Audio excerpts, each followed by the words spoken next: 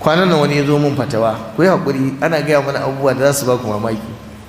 Wani ne ya ce yana tare da iyalansa, yana aiki ne, wannan yanayi da ake ciki na rashi, bankuna sun rage ma'aikata, aka rage da shi.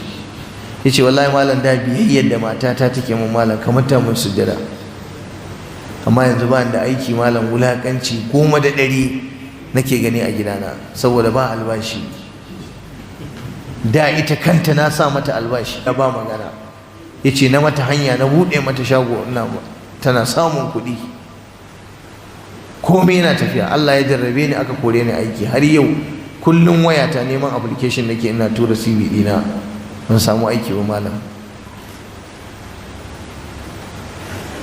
Ya ce sai gashi matata tana gaya wa mahaifana bakar magana, sai gashi iyayen matata suna kiran kaza ba kaza, kuma a duk da hakan fa yana make-make da buge-buge ne, ana lallabawa, ana ci, ana sha.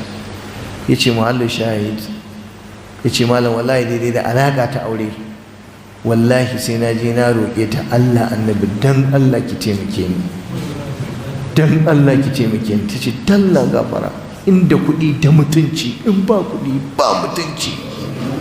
Kaga yadda na gaya ma dinnan, haka ya gaya mu, haka ta gaya masa matarsa. To dan ka gane dan gafara, inda kuɗi da mutunci, in ba kuɗi ba mutunci. Kaga yadda na gaya ma dinnan, haka ya gaya mu, haka ta gaya masa matarsa. To dan ka gane gwanda ka shirya, in kana da kuɗi kana da daraja a gidanka, in baka da shi, 'yan matan zamani baka da daraja, sai masu tarbiyya ta addini. Shi sa kullum muke cewa ku gina iyalanku akan san Allah da san manzon Allah. In rayuwa ta juya, za su rufa muku asiri. Yace wallahi malam